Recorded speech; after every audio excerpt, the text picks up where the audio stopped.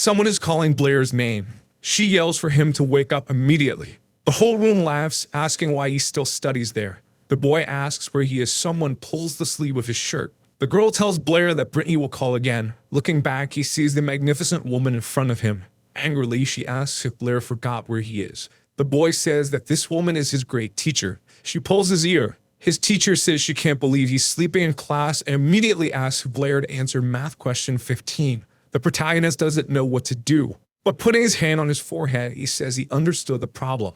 The teacher says he can answer the question by tomorrow, and that this is the punishment for sleeping. The whole room continues laughing at him, saying you will never be able to solve such a difficult problem. But Blair seems very confident. She notices that the boy's confidence is at the level of an experienced academic. The miserable one is a genius and answers correctly, blushing. The teacher says that's impossible. Our boy asks if he can go to the bathroom, and she says yes. The room is restless after this little demonstration. Looking at the board, he sees that the calculations are correct. Everyone screams in shock as our boy walks through the school. In his mind, he says that expression doesn't need a progression calculation. It's just a crossing. Chen Lu is just an ordinary teacher who believes in mathematics. He worked hard for a long time and will finally receive the title of senior professional next year. But when he was taking the exam, he dozed off, and when he woke up, he was in another world. The protagonist says this is not scientific and calls for Newton to help him. Looking closely, he realizes he is now a boy bad at math, and the current world values it highly. Still, he is impressed that the students couldn't solve that simple problem and acted as if it were difficult. Blair says he doesn't know how he came to this world, but seeing how everyone is stupid, he might reach the top, reach the pinnacle of life using mathematics. We see a girl with pink hair. She and the protagonist end up bumping into each other. Our boy asks if she's okay, but the two are in a somewhat suspicious situation. Noticing this, Blair immediately gets off her.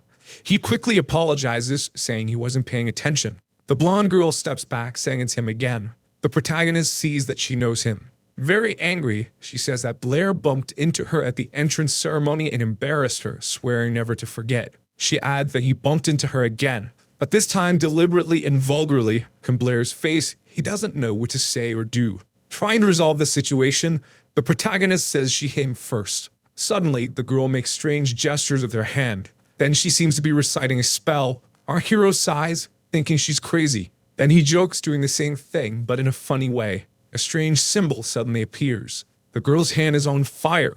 She says she will go after Blair with everything she has. From her expression, the ending wasn't so easy. The boy doesn't know what to do and gets a fireball in the face. But the girl yells at him to be ready to be punished. The protagonist has a great idea. Before being killed, he bows and apologizes profusely for what happened. Of course, the blonde didn't expect that clenching her fist, she asks him not to think it's over just because of those apologies. But when she finishes saying that our hero is no longer there, Blair is running as if his life depends on it. In his mind, nothing makes sense because magic and science coexist. Suddenly, the protagonist's head starts to hurt. Because of this, he ends up fainting. Fragments of Blair's memories are wandering through his mind, and we see him crying, asking for his father. The general died honorably fighting. Someone hands over a box, offering condolences. A hand and his son in front of a house. Around them, people say that after the general died, the woman became just a poor ex-noble who used to work. Blair is heading towards his mother, telling her to get into college. She says he must study hard, and meanwhile, the boy says he has grown up. In her mind, her son is identical to his father.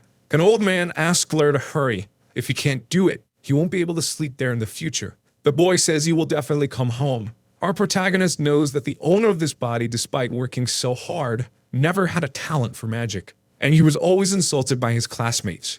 Returning to the present, his friend calls him asking if Blair is okay. He says her name is Jasmine, but wonders how she found him there. Being very kind, she extends her hand to help him up. Blair thanks her, but thinks to himself that the previous owner had a hard life, so from now on, it will be up to him. In the classroom, the teacher is teaching the 4 types of magical elements. The bald man says that this world is divided between ordinary people and those who can use magic, and their school is the best and most famous among all the others. Magic is divided into 4 elements: fire, water, earth, and air. For gestures, the mage can use spiritual energy to manifest such power. We see that after the class, students are happy to finally be able to leave. We see the same boy a little sad after hearing these statements. Before leaving, our boy calls for his teacher. He asks what dear Blair wants. The protagonist asks the teacher if a person without talent can still use magic. Being arrogant, he says the boy has asked that many times. Then he leaves, saying it's impossible to use magic without the necessary talent. People around are mocking him for being so serious but still having no talent. His friend arrives and says Blair doesn't need to be sad if he doesn't graduate, because if he can't, he will work on his father's estate. In his memories, the protagonist remembers that this is Toby, Blair's best and only friend. The boy is smiling for having driven away the guys who were bothering him. Toby says he's leaving and our boy waves goodbye.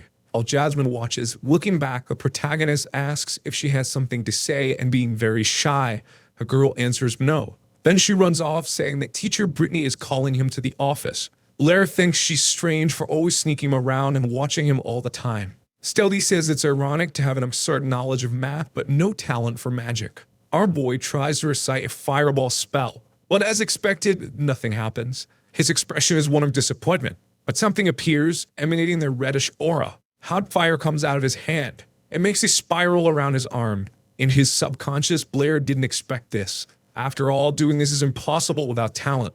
Putting that aside, the protagonist starts playing with the fireball. After all, it's not every day that you go to another world. Our boy says that maybe because he's a traveler, he must have been enlightened. But he soon remembers that he needs to go to the office of the great teacher Brittany. The sunset seems to be approaching.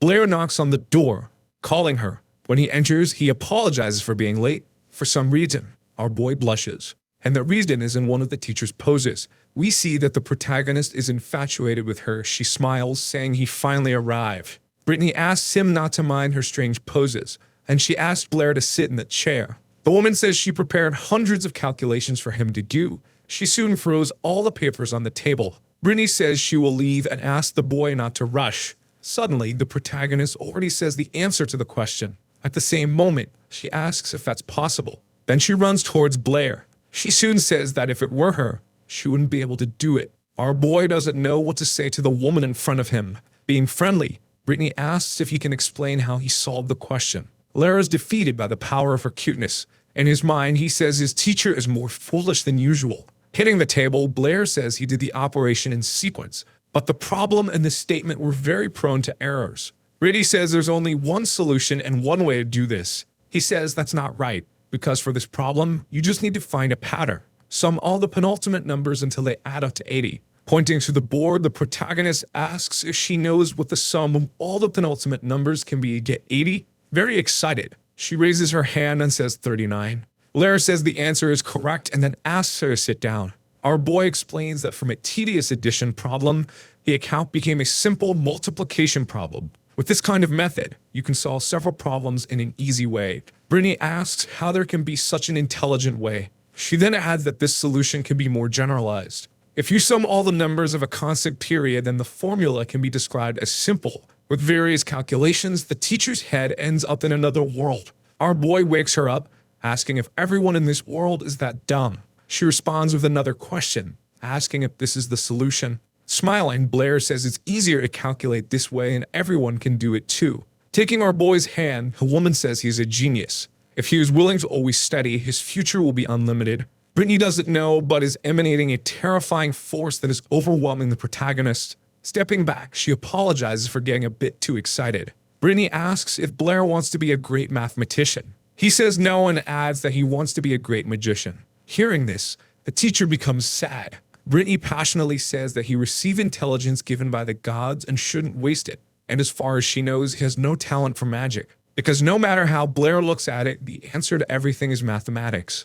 Our Sigma boy pushes her away immediately and says that no matter what, he will indeed become a magician. In his mind, Blair says that if he just threw in some advanced equations, he could become a great mathematician. But those are just works of another world. In his perspective, magic is much more attractive than any equation or square root. Brittany asks if the protagonist dares to make a bet with her. In a few days, there will be a magic test in the classroom, and this test will determine Blair's future at the academy. Our boy says he already knows that the woman says that if he really wants to be a magician, he must pass the test.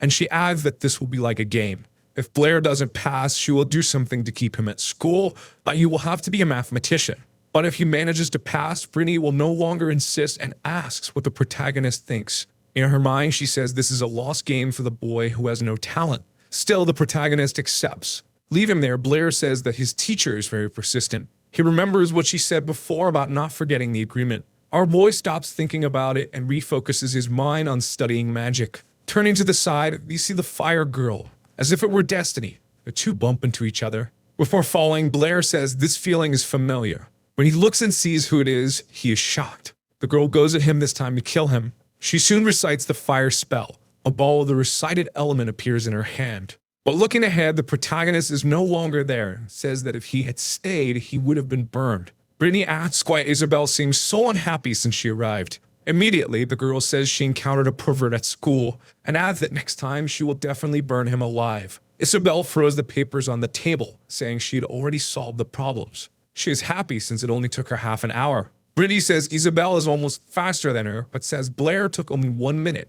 She doesn't know what to say, and in her head, this is impossible, and asks who this boy is. Her teacher says he used a solution never seen before. Brittany tells Isabel what the protagonist taught. She says it is a very intelligent way to solve it. Very excited, she asks her teacher to introduce her to Blair. Brittany notices that the girl is very enthusiastic and then says she will do it.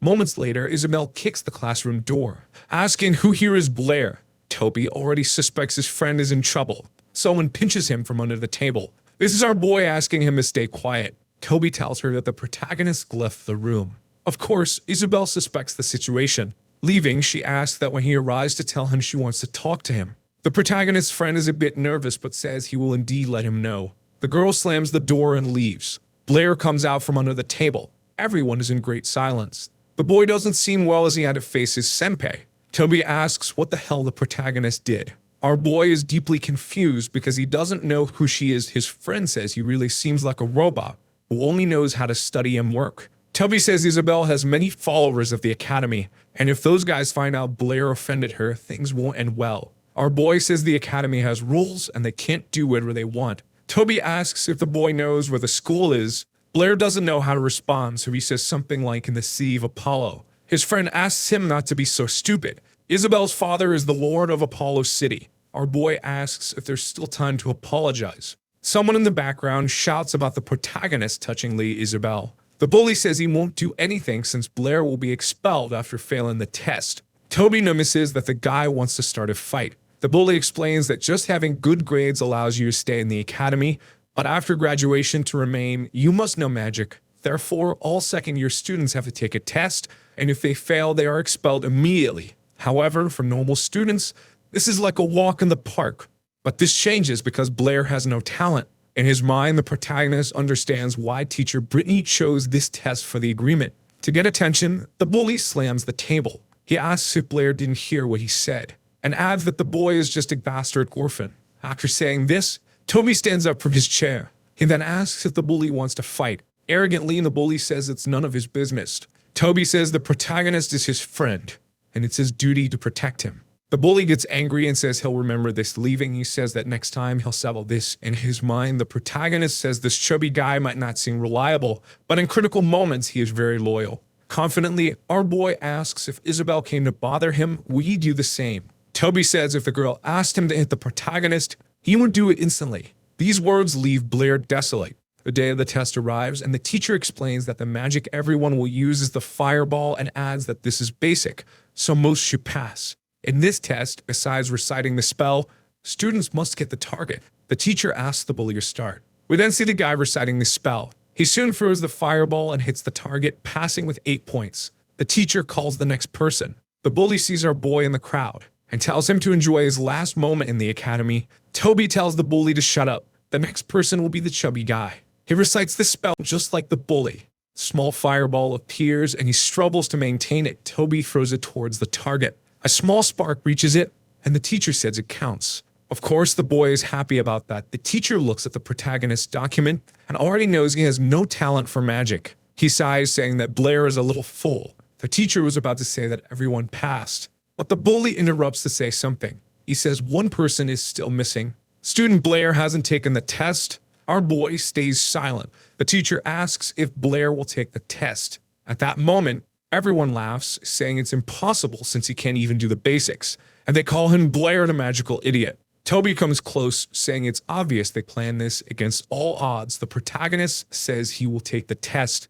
No one understands the reason for his decision, but of course they mock it with all their might. The girls say Blair still doesn't realize he's a magical waste. The teacher tells them all to be quiet and again asks if the boy will take the test. Blair says yes, he will take the test. So he says he can start now. Our boy is right in front of the target. He knows he can do magic without reciting, but he'll still pretend. The protagonist starts reciting the spell, then commands the fireball to manifest. Everyone covers their eyes, thinking something will come out, but no magic can be seen. Soon the students start laughing and mocking the boy. But that was just a matter of time for his fury to ignite. A large fire magic can be seen with the naked eye. The target is completely destroyed in the area. Everyone is scared by this, but Brittany is sad. Knowing our boy has talent, we see the ashes spreading over the grass. Then the teacher says Blair passed the test. The bully says that's impossible. Toby is excited, saying he knew his friend was amazing. The teacher asks Blair to come with him. In her mind, Brittany wonders how our boy did that. The lie that Blair told to avoid being discovered is that he practiced every day, and suddenly it worked. The teacher says that magic is given by the gods, and those who can't manifest it are called forsaken by the gods. People who lack talent are extremely rare, and someone who previously had none and now does is almost like a joke. Anyway, he says that our boy has great potential to become a mage. In his mind, Blair says that last time someone persuaded him to be a mathematician. Now it's for magic. The teacher says that the protagonist has really worked hard during this period and will certainly reach the level of a Saint Mage. Blair realizes that the Saint Mage level is the highest one can achieve, and adds that there is a story of someone who reached this level and their main power is to tear the fabric of space and time. Our boy starts to realize what he can do if he reaches the maximum. Soon after, Blair looks at the teacher and says that you will certainly become a Saint Mage. Elsewhere, the protagonist says that the academy took a few days off because of the test. Using the short period, he studied magic books to the maximum, and then discovered that the levels of mages are divided into 7, with the Saint Mage being the pinnacle. Their powerful magics are described only in books. Accounts claim that a Saint Mage can tear the fabric of space-time and travel between different worlds and dimensions. But the current world does not believe in this nonsense. But our boy thinks about how he ended up in this place and knows that maybe this might have something to do with it. Unfortunately, his teacher does not believe in spatial magic, so he couldn't get more information. Someone arrives and asks if Blair is still reading. The protagonist says this is the administrator. Our boy asserts that he will continue to read. The next day, Blair stayed up all night studying. He opens the classroom door. The crowd is already formed, and everyone is gossiping about the past event. About Blair's magic being great and powerful, other students say he was just hiding his strength. The girls say that if you pay attention, the boy is actually quite handsome. In front of him, Isabel is sitting. Of course, he wonders why she is there. In such a suspicious position, Blair covers his eyes, saying he cannot see. Isabel says it is unexpected, that he is the person Brittany was talking about. Blair tries to say that this is all a misunderstanding. She yells, calling the boy a pervert. Her fury is overflowing in the form of magic. Then she starts reciting a fireball spell. Our boy tries to defend himself in some way, but soon realizes that nothing hit him. Luckily, his teacher arrived in time, stopping Isabel from doing something bad. Brittany says it is forbidden to use magic inside the classroom unless permitted by a superior. The girl asks her to listen, but Brittany tells Isabel to be quiet. Then the teacher says she was looking for him and tells him to go to her office. Brittany adds that Isabel should go with him too. Blair feels proud, but still, the miserable boy is indeed a genius. The three leave and soon the door closes. The bully is left confused and asks what just happened. Inside the teacher's office, Blair is sincerely apologizing for his actions and adds that everything that happened was a misunderstanding. Brittany says the boy was careless and asks Isabel not to be bothered. Still arrogant, she accepts the apologies. A bit sad, the teacher tells Blair that his magical power is beyond her understanding and, as promised, she will not persuade him anymore. But she asks how he managed to do it and if he could teach her. Our boy says it just happened and says he has a question about magic. Being savvy, she says she won't force him to answer and adds that the protagonist can ask anything. Blair asks if one needs to use gestures and recite the magic to invoke it. Isabel says that question is very stupid because even a child knows that anyway. The protagonist continues asking if all mages are the same. Brittany says that no matter the level, to invoke magic, one needs gestures and to recite it. The only ones who don't need that are the gods. Isabel says her teacher doesn't need to answer such a ridiculous question with such seriousness. Our boy notes that he is different and maybe can do it because he is not from this world. Brittany continues to explain that this is common sense, And if Blair wants to be a great mage, she must memorize theory books. But that's not why she called him to her office, as teacher has a tag of paper in her hand, and our boy is confused because he doesn't know what it is. Isabel says this is a journal where the most important academic works of the entire kingdom are published. Suddenly, the girl is startled by something she sees. She notices that her teacher's and Blair's names are in the journal. Brittany says she submitted the formulas she learned from the protagonist. Blair doesn't care about this since he earns little money working in the library, and as far as he knows, he can't eat paper. His teacher says she almost forgot something. She hands over a bag full of coins, saying this is a bonus for the manuscript. Of course, the protagonist is happy since he earns 2 silver coins a month, and in one day he got more than 50. All thanks to his wonderful teacher. Innocently, Brittany says she will take half since she also contributed. Now our boy will receive only 25 silver coins. In his mind, he says he has never seen such a cunning snake. Anyway, it's still a good amount. Like it or not, Blair has an idea to make a lot of money. Looking at his teacher, the boy asks if there's always a bonus of 50 coins for each published work. The woman says she didn't pay much attention to that, but maybe that's normal since the journal is famous, being very clever. Blair says he has been having a good thought lately and continues, saying he thought of solving a formula in a unified way. Brittany realizes something incredible is happening in front of her again and adds that this might be the mystery of Ross. Our boy doesn't know who this guy is, and his teacher explains that it's a mathematical problem posed by the great mathematician Ross. She does the math and soon says that in the problem, Ross has 7 cats, 7 wives, and 7 bags. Blair says the solution is easy, but if you want to simplify it, just use the unified formula. Hearing this, Brittany is happy that the great mathematical problem can be solved simply. In his mind, he says he still has some preliminary ideas. His teacher calls him to help solve the problem. Time passes quickly while the two are studying. Isabel ends up falling asleep, but a noise wakes her up. She wakes up to her teacher shouting that this is incredible. Brittany says the protagonist really has a great talent for mathematics. Isabel comes closer, saying she didn't know the boy was all that and asks if all this came from his head. He gets serious, asking if she really wants to know. Blushing, she says Blair can't keep telling lies. The protagonist says he just spends a lot of time with math while others are sleeping. The girl gets embarrassed, asking what he is talking about. Another day, Isabel is thinking about Blair. In front of her, she sees him acting suspiciously. This is the second year building and the protagonist is in the first year, so she wonders if he will harass the seniors. This time, she will follow him to see what Blair is up to. But observing, our boy had already disappeared. We see that the protagonist is in front of a large wall. Earlier, Toby had talked about this wall in the second and third year building. Doing several flips, Blair says his teacher is right. He said the protagonist could go to the city to find a high-level mage to teach him. Outside the academy, our boy finds everything interesting, because the city is bustling with all kinds of people. Walking around, our boy says this place is very prosperous. In front of him is the Magic Association. Apparently, this building is huge and majestic. He takes a mask from his pocket and puts it on his face, saying it's better not to reveal his identity. Entering the place, it seems a bit crowded. Seeing how close the receptionist is his friend, but she doesn't recognize him because of the mask. She asks if the protagonist wants to hire a magic consultant.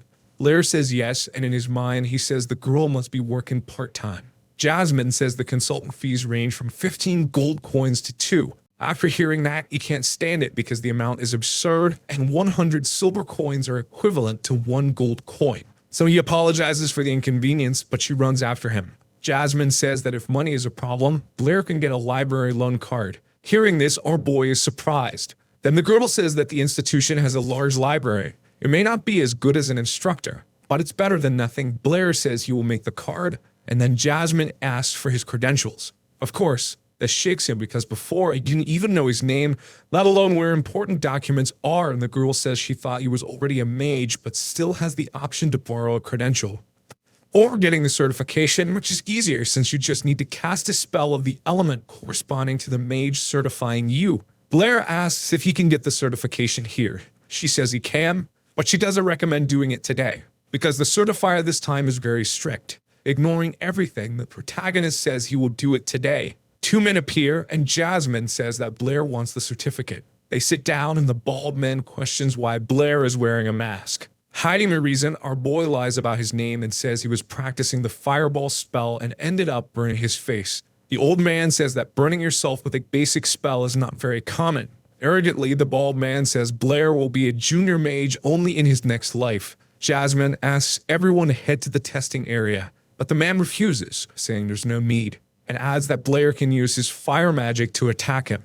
This scares the boy since he didn't expect it to be like this. Because he knows the power of the attack. Speaking directly, the old man asks if he thinks his little fireball can hurt Andra. The protagonist tries not to insist much, and since he's being asked. Around him, the fire magic is spreading through the room. Seeing that, Andra says to the old man that this year there's no one decent. But of course the spell isn't over as the protagonist continues gathering all his mana.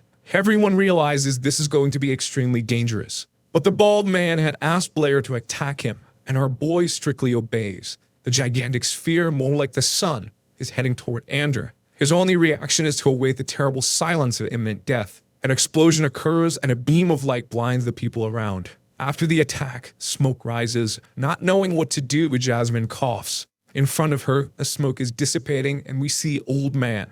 When he sensed the incoming danger, he raised a barrier, and it withstood the fireball well, thus saving Andra from becoming a barbecue. Desperate, he has no reaction and remains on the ground. His face of terror can be seen as a synonym of hopelessness. Jasmine is astonished by the destructive power, and meanwhile, our boy apologizes because he thought they were ready, so he decided to use a bit more force. After all this, Jasmine hands him the certification and the library card. The protagonist is excited because he can finally study. Very enthusiastic, the girl says she has never seen anything like that and adds she is sure Blair will be a great mage in the future. He thanks her, and she says she will wait for him until next time. But Jasmine notices something. How did the boy know her name? In the library, Blair didn't expect there to be so many people. Sitting and looking at various books, he says this is strange. As the girl had said, the books in this library are more comprehensive and in-depth, especially the part about magical spiritual power. We are explained that spiritual power defines the strength of a mage's magic besides their affinity with the element. High-level mages have an immeasurable advantage over the weaker ones. However, the theory of the four elements described in the books is an absurd compliment given the little knowledge this world has about mathematics. People believe that the four elements are responsible for the foundation not only of magic, but of the entire world. All other elements are derivatives of the four main ones. It's the same principle as primary colors. Going deeper into the subject, Blair notices several different things, like the existence of magic in this world having no scientific explanation. The protagonist thinks of something brilliant about elemental communications. He abruptly gets up from the chair he was sitting in. With a big smile on his face, he says that if everything goes well, he can create a new magic. Then he grabs the library card. Very excited, he runs out saying he will make a great discovery, so he will return to the academy and then test it to see if it works. In the background, we see Jasmine, the old man, and Andra. They are having a magnificent coffee. As always, the bald man continues to belittle Blair, but says the power of the fireball is immeasurable. Stroking his beard, the old man says it was strange because he had no control over the protagonist's magic. It was like something entirely different from this reality. Surely there is something about this boy that they won't be able to understand. Night falls, and the protagonist is jumping over the academy wall. His jumps are simple and quick, landing on the ground after jumping onto the grass. He says that since no one is around, he will test his theory right away. Calmly and lightly, our boy closes his eyes. He takes a deep breath to feel the energy of the environment. At the same moment, he feels something coming. He notices that he can really control the entire flow. The boy says he will now try to sense the second most abundant element in the atmosphere. Gathering energy in the palm of his hand, this is O2. Observing it, the protagonist cannot say if it is pure oxygen. Concentrating as much as he can, he manages to do something impressive. Mixing the power of fire with oxygen, he discovers that this is 100% real. But the spark that was igniting suddenly goes out, causing a great disappointment. Still, with eyes full of determination, our boy tries again to control both elements as one. Lightning and winds are succumbing to everything. Meanwhile, the protagonist is within the vortex of fire and oxygen. The entire academy trembles and everything starts to crack and break. The teacher feels the tremor and asks what it is looking out the window. She notices something like a great explosion. Almost the entire forest was set on fire. The good news is that Blair is alive and well. Incredibly, the magic was so strong that it still surrounds him. Fortunately, the boy managed to stop in time. The dense fog hovering over the area dissipates and the protagonist notices something. The ground was shattered, completely combusted. It turned out that the oxygen was much purer than he thought. After hearing the explosion, people start to appear. Blair flees, saying it wasn't supposed to cause such a commotion. Running through the forest, the boy says the explosion might have been big. However, it created something significantly large. The next day in the classroom, the protagonist is studying as usual. He ended up falling asleep due to the eventful night he had. A hand hovers over his shoulder. It's Toby asking if Blair knows what happened last night. Lying blatantly, he responds that he doesn't know because he was sleeping. He explains that an explosion occurred, and now the school is under investigation as there are suspicions of seniors casting spells. Given the size of the crater, it was at least a high-level mage. The chubby boy starts thinking about the most suspicious people, then says that teacher Brittany is a high-level mage. After this statement, for some reason, the boy becomes alert. He goes to her office and knocks on the door. She opens it, happy that Blair came by, because she really needed him. Holding a paper in her hand, she says that the Mathematical Society posted something about the solution to Ross' problem. Since it was the protagonist who solved it, his name is listed as the author. She then congratulates him on solving one of the greatest mathematical problems. Interrupting this topic, Blair says there are more important matters to address. He shouts that he wants to study mathematics with her. The woman doesn't understand the reason for this decision. Brittany asks what happened to the story of becoming the great mage, and the boy says he will be both. Suddenly, she grabs his arm, and then says she is happy Blair thinks that way. She then tells him to come to her office every night to study mathematics. The protagonist is emotional with all this enthusiasm that feels like a volcano erupting. Brittany says that with the boy's talent, he will surely become a great mathematician. And stepping away from her, Blair says he has a magic question and asks if she can answer it. The conversation was brief. The woman agreed to help and answer questions whenever he wanted, and then the protagonist opens the door to leave. His teacher reminds him to come at the next night. As the boy is about to close the door, Brittany tells him to wait. Then she falls silent, making the atmosphere tense. Blair gets scared and asks what she wanted. She doesn't respond or say anything, but then asks if the boy is taking advantage of her to get answers to various magic questions. She looks intently at the protagonist. Sweating heavily, our boy realizes he's been found out. With flowers around him, he tells a half-truth that he just wants to spend more time with her. Brittany approaches him, and of course, the protagonist thinks he's going to die. Being very cute, she asks the boy to be careful when leaving and reminds him to come by at night after class. Practically, Blair feels like he's been expelled from there. In his subconscious, the protagonist doesn't know if she is stupid or intelligent. Later, the next night, the boy arrives and opens the office door. Brittany is sitting with Isabel. Suspicious, the girl looks at him and asks what he is doing there. The woman apologizes to Isabel because she forgot to mention that starting today, Blair will be studying with them. And since Isabel is his senior, she must take care of and help him when needed. She then asks Blair to sit next to Isabel as she has a question she'd like him to answer. A large stone is thrown into a well, followed by another stone with double the mass, and she asks which stone will reach the bottom first. Isabel says she just needs to calculate the time, but our boy explains that the larger stone will never catch up with the smaller one. Ignoring air resistance, a smaller stone would be the first to arrive. After hearing this response, the girl gets annoyed. She then says that Blair has good knowledge but lacks common sense. Brittany says she didn't understand what the protagonist said, but the wise ones have stated that the object with the greater mass will fall first. For some reason, the girl continues to argue, saying that even a child knows this, of course. After these statements, Blair gets a bit angry, questioning if she has confirmed this. Isabel says they cannot doubt the great sages. The teacher just observes the confrontation between the two. Quickly and directly, the boy says that for something to be true, it has to be proven. She retorts, asking if he wants to bet to see if it's true. Brittany tells them both to stop, but Isabel says she bets 10 gold coins. At that moment, the protagonist gets excited. The three go outside the academy to an open field to conduct the test. Holding the stones, the teacher asks Blair to think it over because 10 gold coins is not a small amount. Apparently without remorse, the boy tells her to continue beside him. Isabel says this will be the easiest victory of her life. Looking at the girl, Brittany says confidence is a good thing, but arrogance can lead to a point of no return. A strong wind blows over everyone present, and the teacher starts to float. After witnessing this, the boy is impressed. Seeing Blair's surprise, she mocks him, saying he's a commoner for finding this so interesting. The teacher is now in a high enough place to drop the stones. With a serious look, Brittany prepares to start the test. Meanwhile, Isabel continues arrogantly, saying with certainty that Blair will lose. The stones are released and quickly fall. For a moment, the two seem to be at the same speed. Then they fall almost simultaneously. With a surprised look, Isabel doesn't know what to say, excited.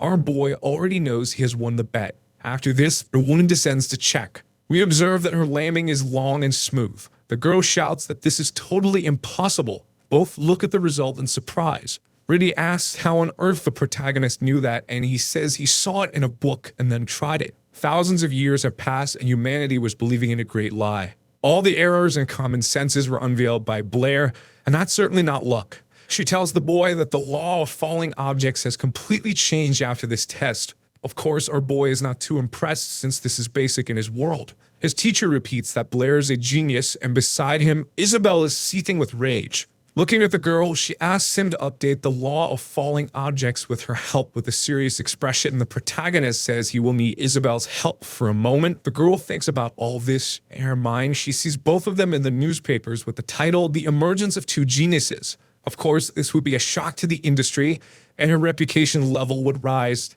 Typical that Sundeer. She pouts but soon accepts. The girl thinks about her and our boy, the two happy and together discovering new things about mathematics. And maybe when they get married, her name would be Blair Isabel. Her blushing face can be seen from afar. Elegantly, she tells the protagonist that if he gets into trouble, he can call her and she will surely solve everything. Blair extends his hand to the girl. Things in her brain become totally confused. Being very cute, she asks why he's extending his hand, and Blair says he wants the bet money. Well, gold coins are never too much. Isabel runs away crying, telling him to put crap in his head. A few hours later, she gives the coins. In his subconscious, Blair says he got rich just by making a bet with the arrogant, spoiled girl. Approaching, Isabel says he doesn't care about fame or honor, but apparently he likes money. For a few seconds, the protagonist remains silent. Meanwhile, the girl asks what Blair wants. The beautiful blue sky covers the entire world. The leaves sway of the wind that incessantly continues to wander.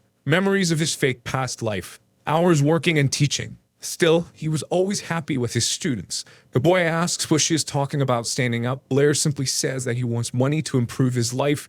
Nothing more, nothing less. Leaving, he bids farewell to Isabel and Brittany. The two beauties watch our boy walk away. The next day, Blair is almost asleep at his desk. Nevertheless, he is happy because now he has money. Maybe he should even move house in the future. Someone arrives and is fully calling the boy's attention. He says that his senior is looking for him and immediately tells the trash to get up. Blair doesn't understand anything and just stands still, grabbing his wrist. Bully tells him to lower his head because casting a fireball means nothing. A voice resounds telling the bully to let Blair go.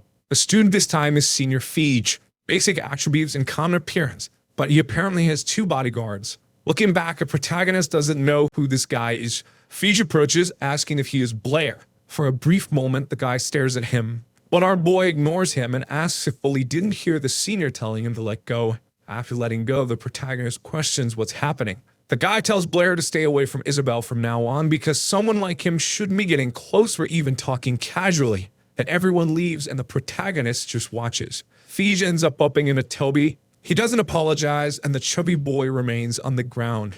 Getting up, he goes to Blair and asks if he's okay. Simply, our boy explains that the senior just came to exchange some words. Toby seems afraid of the guy. He says everyone at the academy fears him, and Blair is the only one who doesn't care. The boy is the son of a great viscount and the youngest heir of a Howard family. He adds, if someone offends him, they'll have a hard time living in the academy. Putting a hand on Blair's shoulder, Toby says he knows the protagonist is infatuated with Isabel's beauty, but advises him to follow Fee's orders. Sometime later, we see the bright sun shining over the academy. Inside the office, Blair is thinking about his pure oxygen ball that cannot be launched immediately because it needs time to concentrate. At the moment, his biggest advantage is not needing to recite or make any gestures. He soon wonders if he can use multiple elements at once, but Isabel interrupts, saying he needs to study more on the subject that teacher Brittany assigned, handing over a paper. Our boy yawns. It shows that Blair has already written everything.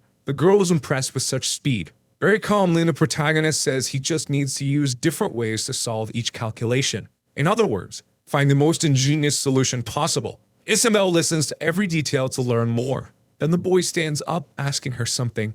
How many fireballs can she summon at once?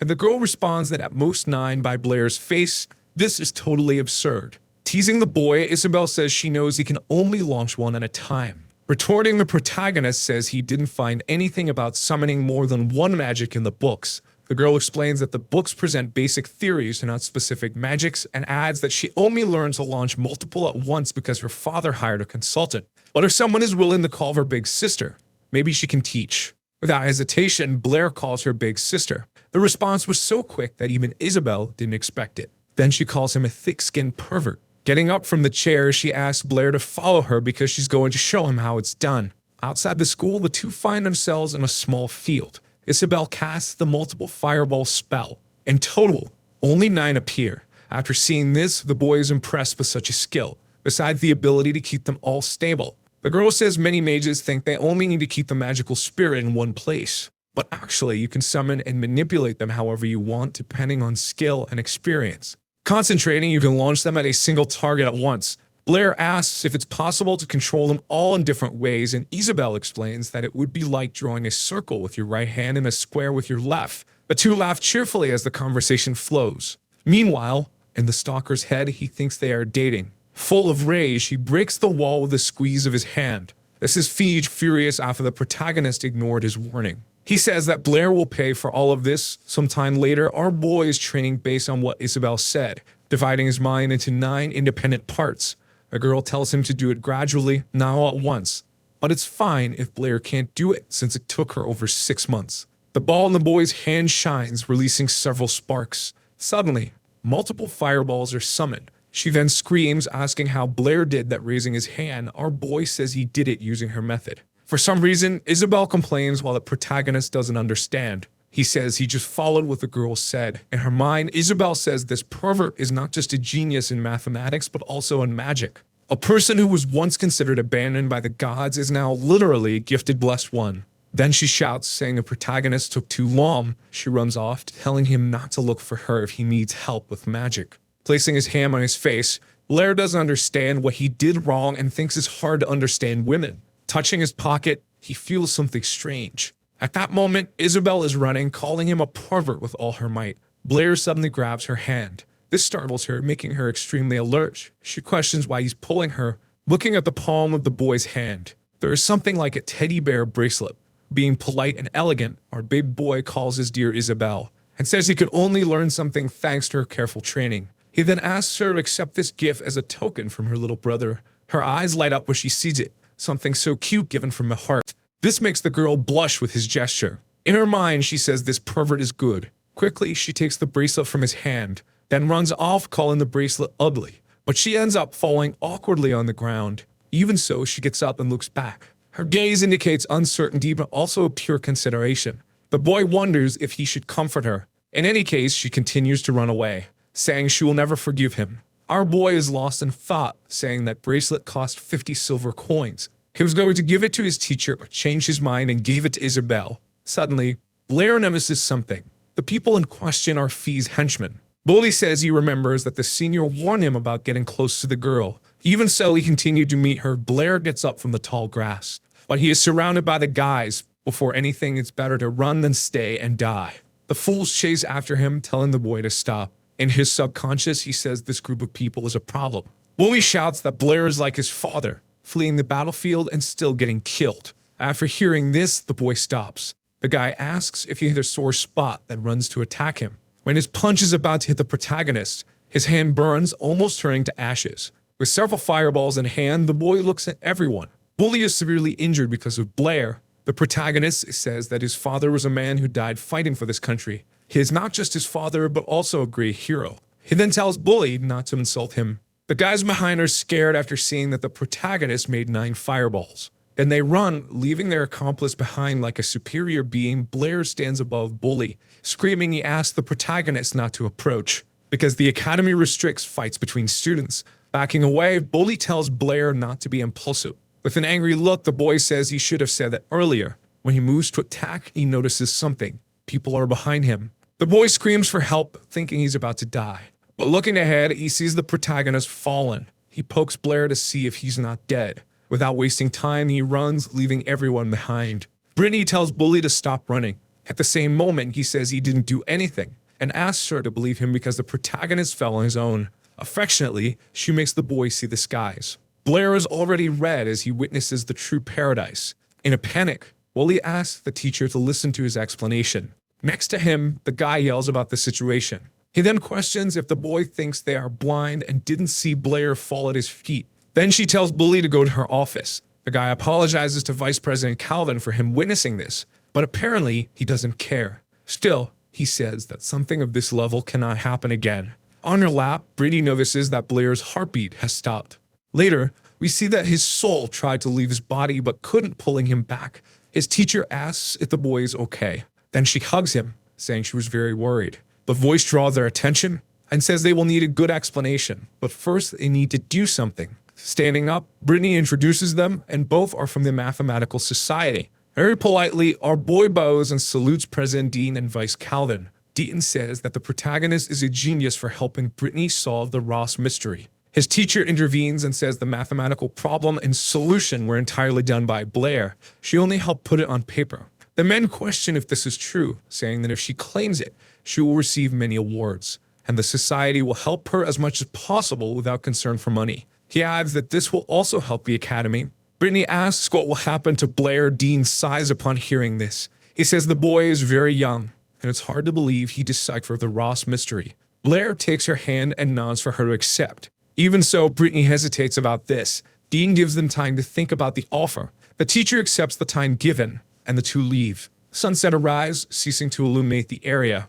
Both walk down the corridor in complete silence. His teacher says that solving the Ross mystery doesn't help with development but is significant for history. And this honor belongs to the protagonist and he shouldn't let anyone else receive it. The boy's face is melancholic. He then says that it doesn't belong to him. Besides, she is not too old to accept something grand. After hearing his compliment, the woman's face brightens. Then the boy realizes he said something wrong again. All the students are looking at the board with various publications. A girl says that once again, Blair posted a new article with Miss Brittany. And it was the Ross mystery that even after years no scholar could solve. But of course, it was the teacher Brittany who did it since Blair is insignificant. Ignoring all the opinions, the protagonist only thinks about what he sent to his teacher. Nevertheless, he sighs because he can't do anything else. Blair hears some shouts from an adult man. Someone is saying that he's a piece of trash and only knows how to fight. The person is Bully's father, complaining that he didn't send him to school to fight. Then he loses his temper, saying that since he likes to fight, he will finish him right there. The beating hits and it certainly must have hurt. Right after that, the man apologizes for his son and begs for him not to be expelled. Dean says that Bully's behavior is not the best. His father falls to the ground, begging for his son not to be expelled. Bully asks his father not to humiliate himself like that. Our boy appears, calling the president. The man greets him and Blair also greets him. Then he asks what the problem is seeing the protagonist. Bully gets very angry and grits his teeth. Dean says the academy will expel him for violence and breaking rules. Someone touches the boy's sleeve. Kneeling, he also begs the protagonist and adds that when they get home, he will teach him a lesson. If he is expelled, Bully's life will be over. With a soft heart, our boy sighs. Then he tells the president that even though he had some small conflicts with Bully, he asks that he not be punished so severely. Everyone is silent. Looking at Bully's father, Dean says that because of the protagonist, the expulsion decision will be temporarily withdrawn. But if the boy does something like this again, there will be no second chance. The man takes his son's head and then says this won't happen. Bully thanks Dean. He also thanks Blair. His father goes home. Then the president asks us to go to the classroom. Our boy goes there and opens the door. Before that, Bully questions Blair's decision. He stands still without saying a word. With a serious tone, Blair tells the boy not to treat his father like that. Again, Bully thanks him. He continues, saying something about the boy from earlier, because Fee won't let the protagonist go so easily. After all, his uncle is the vice president of the academy. Later, Blair is tired from the day and still has to work. His employer is waiting for him. Our boy doesn't understand the reason for the wait. He asks if Blair had offended someone recently. Of course, this worries him, and he asks if something is wrong. Leaving that aside, the old man fires the protagonist and adds that he can no longer live there, because that's the order of the vice president. After the incident, his teacher says she will take Blair and Isabel on an exchange trip. Then she asks if the boy will be busy tomorrow. Blair apologizes, saying he will have to find a place to stay since he was expelled from the library. Simply and directly, Brittany says he can stay at our house since she has a spare room and lies alone. After thinking about it, the protagonist has visions of libidinous things. But he says it's not very convenient. Like a good adult, she says there's a big advantage since he can ask math questions anytime. Then, a bit embarrassed, Blair accepts the invitation. Isabel arrives and immediately questions why Blair is present. Brittany explains everything and also says the boy will live with her. This makes Isabel angry since, in her mind, the protagonist is still a pervert. But her teacher rebukes her, saying Blair is not that kind of person, and Isabel says she's just worried. Meanwhile, our boy is disheartened since he's gaining a reputation as a pervert. The two joke a bit, and Brittany asks Isabel to get ready for the exchange meeting. Looking back, she asks Blair to come in formal attire since the exchange will be at a seminar. Our boy asks if he can go in his magical worker's uniform. Waving goodbye, she says if he has one, he can use it. At night at the mansion, where the exchange meeting will take place, the three stand admiring the wonderful view. Everyone came in their best clothes, and Blair tried not to fall behind. Brittany introduces the mansion as belonging to the Howard family, the permanent exchange residents. Even in all the kingdoms, this family is respected for their skill and knowledge in mathematics. Seeing the crowd and the people around, he connects the dots between the Howards and the Fee House. Vice President Calvin is talking to the visitors. Our dear great teacher catches his attention. He welcomes the three of them. Blair says hello, and meanwhile, Isabel asks how long the boy has known the vice president. The man says he was talking to some important people and asks if Brittany would like to meet them. At the same moment, she asks the two to go ahead. Both enter the mansion where there are various delicious foods. Wasting no time, the boy attacks the first dish. Then he stuffs himself and Isabel shouts, asking if he's a pig. She complains that the teacher didn't call them to eat, and then drags Blair away. Looking at the wall, the protagonist notices something. A giant painting with a strange drawing in the middle. Isabel says these are the 7 points of the royal capital, of which the whole Howard family is proud. Our boy asks what these 7 points are. The guy arrives, humiliating Blair for not knowing, and adds that he will fight with the guards for letting someone of such low level, and the girl tells Fee to watch his words. Even so, the guy continues, saying the boy doesn't even deserve to eat the food there. Isabel takes the protagonist's hand and asks him to ignore the insults. Of course, the jerk gets angry after seeing this scene. In his mind, the girl is only his, and no one can hold her hand to taunt Blair. He asks if he's going to hide behind a woman, going towards the guy. Our boy questions Fee about the 7 points of the capital. She tries to stop Blair from doing something wrong. With a serious face, the protagonist shows great interest in the 7 points of the capital. Smiling, Fee asks if the boy really thinks he is a math genius. Isabel complains about this behavior, while the guy says he wants to know the new mathematical ideas Blair has. Then he shouts, alerting everyone that the protagonist is going to solve the 7 points of the capital. The girl is incredulous at this and doesn't know what to do. All the nobles believe that Brittany solved the Ross mystery and that the protagonist forced her to put his name on it. His teacher is also present and notices the commotion. Fee asks Blair not to disappoint the nobles. Suddenly, someone grabs the boy's hand. It's Brittany, but the protagonist doesn't understand why she is there. She questions the reason for the conflict, since the Howard family is the most powerful in Apollo City. This could make things difficult for him in the world of mathematics and even at the academy. Moreover, it's impossible to solve the 7 points of the capital, and Fee knows this, which is why he threw this problem at Blair. The boy gets Brittany's attention, and she looks to the side. Raising his glass, he asks if the boy isn't a great mathematician and questions if he lacks confidence. Furious, the woman is about to try something against Fee, but the protagonist stops her, saying he will try to solve the equation as a way to thank his senior for expelling him from the library. Both women are surprised by such a statement, because if Blair says he will do it, he will certainly keep his word. He turns to Fee, saying he will solve the 7 points of the capital. Fee explains that this is an equation that only the patriarchs of the first generation managed to solve. Hundreds of years ago, he noticed a special topography of the capital. At that time, the urban area wasn't as large as it is today, and the city was divided in two by the river. Because of this, the patriarch created 7 bridges to connect the urban region. Looking at his creation, he had a brilliant idea. It was possible to go to any area crossing each bridge only once and then return to the starting point without repeating the path. After making the idea public, many mathematicians researched to try to find the solution. However, despite numerous attempts, no one found the answer. In the end, the patriarch solved it and was supposed to publish it for the entire kingdom the next day. But the whole day passed and he didn't appear, and night fell. Days later, they found his body in the river. Because of this, the answer was lost and no one from the new or old generation succeeded. Even so, the Howard family celebrates the patriarch's great achievement. This is the great glory of the entire family. Not much time passes after the explanation, and Blair seems to have already found the answer. Feige asks if the genius can find the solution. Surprisingly, the protagonist says he doesn't know. Feige laughs and questions where all the bravery went. The women ask if they heard correctly and compliment that Blair is a piece of trash and nothing but a waste. But a distinguished woman says maybe it isn't like that. Apparently, the protagonist tries to find the answer, but he realizes there is no solution, because in his past life, there was a similar problem. The whole room is watching Blair intently. Both Brittany and Isabel don't understand anything. Feige says the boy only says this because he doesn't know the answer, that the first patriarch from his family knew the solution. Blair refutes, asking if he has any evidence of this supposed solution. Feige loses his composure, questioning how the boy could doubt the sages. A man appears, telling Feige to stop. His name is Viscount Howard, and he says not to use the achievements of the past generation to show off. At that moment, Feige trembles, apologizing to his father. The man says he heard a lot about Blair from Calvin. Our boy greets him respectfully. The Viscount says he knows about the conflict with Feige and promptly apologizes. But he accuses family, saying the 7 points of the capital have no solution.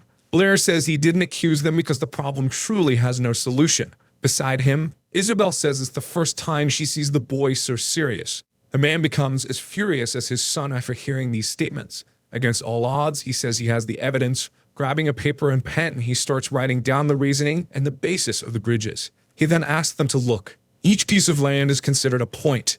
If you can connect all the points without drawing a line over another and without lifting the pencil from the paper, it's as if you walk through all the bridges. Four Eyes are impressed, and the Viscount's wife says it's wonderful. A blonde woman says her friend is right. The boy really has a good brain. For some reason, she seems proud. Blair continues the explanation, saying one can only lead bridges using the start or the end. A point formed by even numbers can be called a uniform point. Brittany adds, saying that if all the numbers are even, the 7 points of the capital can be resolved. Observing from afar, the boy continues seriously and says his teacher is correct. Four Eyes tries to question something, but the final definition is that it is impossible to reach the end and then return to the start without repeating the 7 bridges. In short, it's impossible to solve, and onlookers are left speechless after hearing this. Blair says this is a 100% impeccable argument. He says this is all nonsense. The family is being played by noble gossip. He yells, telling everyone not to believe Blair.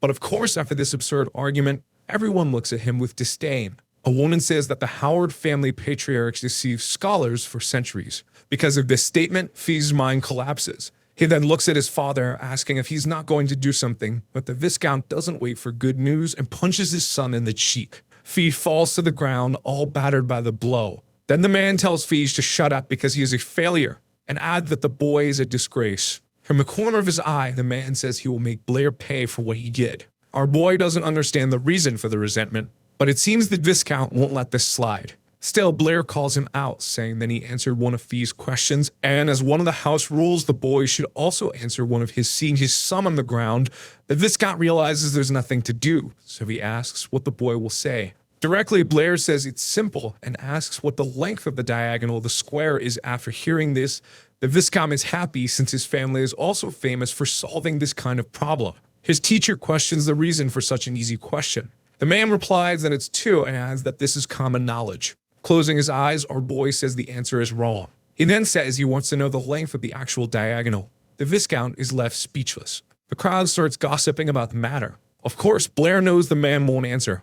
Although in his world, scientists were respected, most were unknown, and the public only cared about celebrity scandals. Even though not many know about mathematics, there are only high-level people here. As students present have contributed significantly, so it doesn't matter if they are noble or not. It turned out that they gathered and formed the School of Numbers. Everyone in the Howard family has great influence because it's the center of the academy, and even Isabel's father, the lord of the city, must show respect to them. This school integrates everything possible to deliver maximum knowledge to students. They believe that all mystical events can be discovered through numbers. Practically, it's like the ancient Pythagorean school founded by Pythagoras. It was once very powerful, but had a fatal flaw in its belief. In summary, everyone in this world believes only in whole numbers, like Pythagoras. The person who discovered decimal numbers was his student named Sepassos while trying to measure a diagonal. After this discovery, the school was shaken, leading to its end. The sex believers were horrified by this, so they decided to tie Sepassos up and throw him into the Aegean Sea.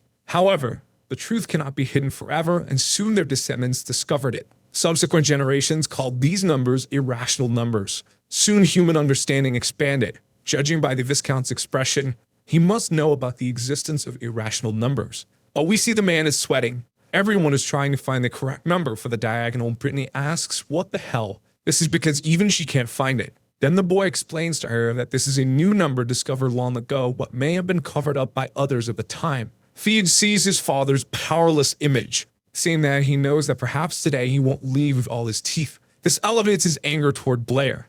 Then he shouts, saying all this happened because of him. Therefore, he must die immediately. He then runs towards the boy to attack him. Preparing himself, Blair positions to avoid being hit. Before anything happens, someone grabs his hand. With pure rage, she observes him. Feej yells for her to let go. But the woman apologizes and says she must stop the boy from doing something impulsive. Still, the boy tries to free his arm. But he realizes she is too strong. Behind him, his father yells furiously. Trembling, the Viscount asks if he knows how many misfortunes he caused today. The boy remains silent but continues to stare at Blair. Quickly, the man calls everyone's attention. He then says he deeply regrets this terrible incident and promises that from now on, he will discipline his son thoroughly. Additionally, regarding Blair's question, he will send the answer in a few days. He thanks everyone for their guidance and takes his leave, telling Blair to enjoy himself at the mansion tonight. In his mind, the boy knows it will be difficult to find the answer, but he trusts the Howards. Leaving, the Viscount is unsatisfied with everything as he was humiliated by a child. Blair thanks the lady who helped him. The woman asks if he has forgotten her. Isabel appears, hitting our boy. Then she asks how he could flirt with another person besides her, and of course, Blair doesn't understand a word of what she said. The woman lets out a relaxed smile. She then says she was joking, but it's admirable how the girl flirts. She adds that the relationship between the two is so close it's enviable. Isabel tries to retort to Alice, but ends up fumbling her words. Then she questions the reason for her presence.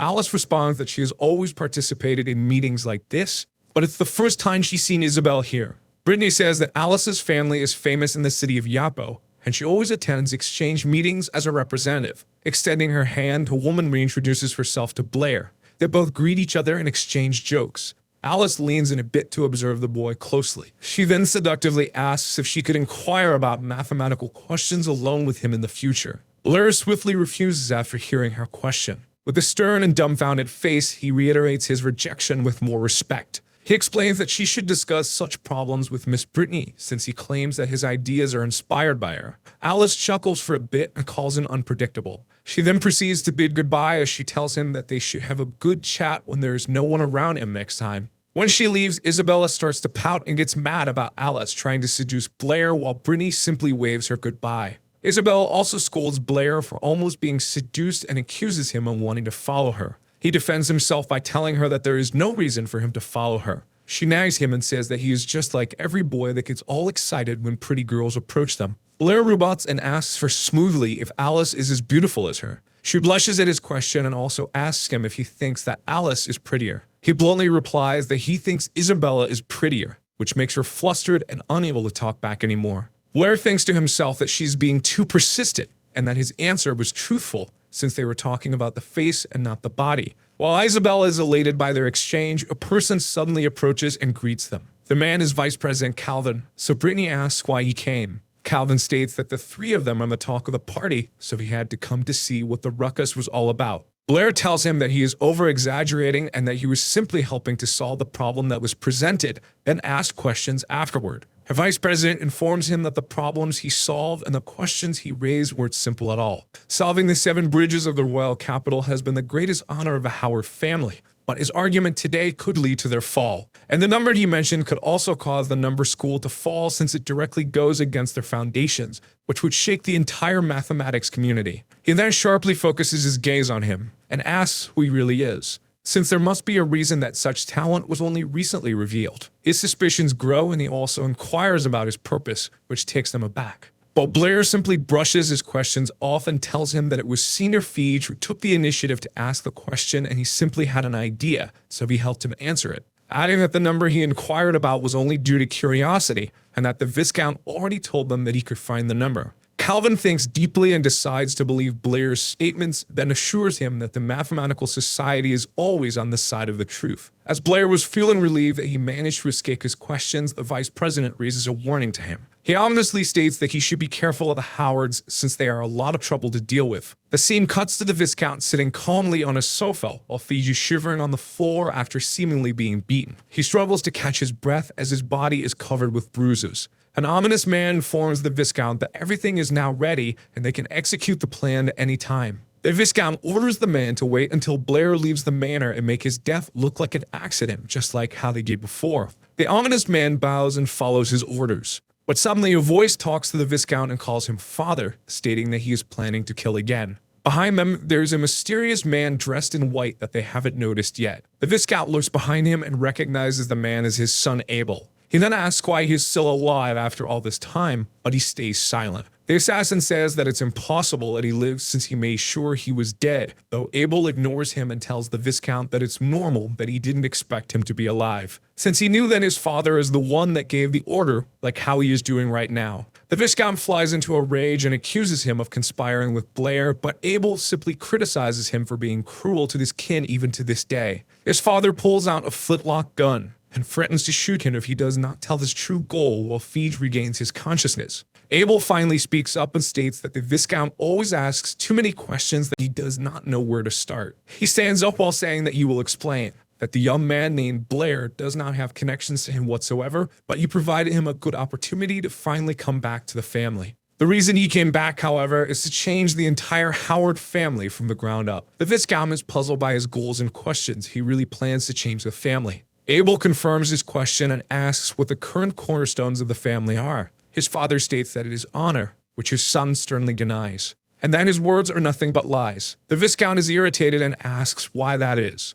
Abel answers that it is due to the fact that the Viscount already knew that the Seven Bridges mystery has no solution and the number Blair stated cannot be expressed in real numbers. He adds that the Viscount also hid the truth in order to maintain the so-called honor of the family and the number school. And not only that, he also killed those who wanted to reveal the truth to the public in various ways, which included Abel, his own biological son. Viscount Howard has now snapped and orders him to stop talking, and states that he will kill him once again for the sake of the family. Abel persuades his father by reminding him of what he said, that the truth will come out sooner or later, which will lead to the Howard family being wiped out. And today the boy named Blair did just that and burst their family's bubble in front of the entire mathematics community. He then challenges him if he can get rid of all the people who now know the truth. Abel swiftly grabs the Viscount's gun, then points it to his own heart while taunting his father that if he can't hide the truth tomorrow, everyone will know their secrets and the family will be overthrown. The Viscount's hand shakes in the face of Abel's continuous threats. He then finally lets go of his gun in resignation as his son takes it from him.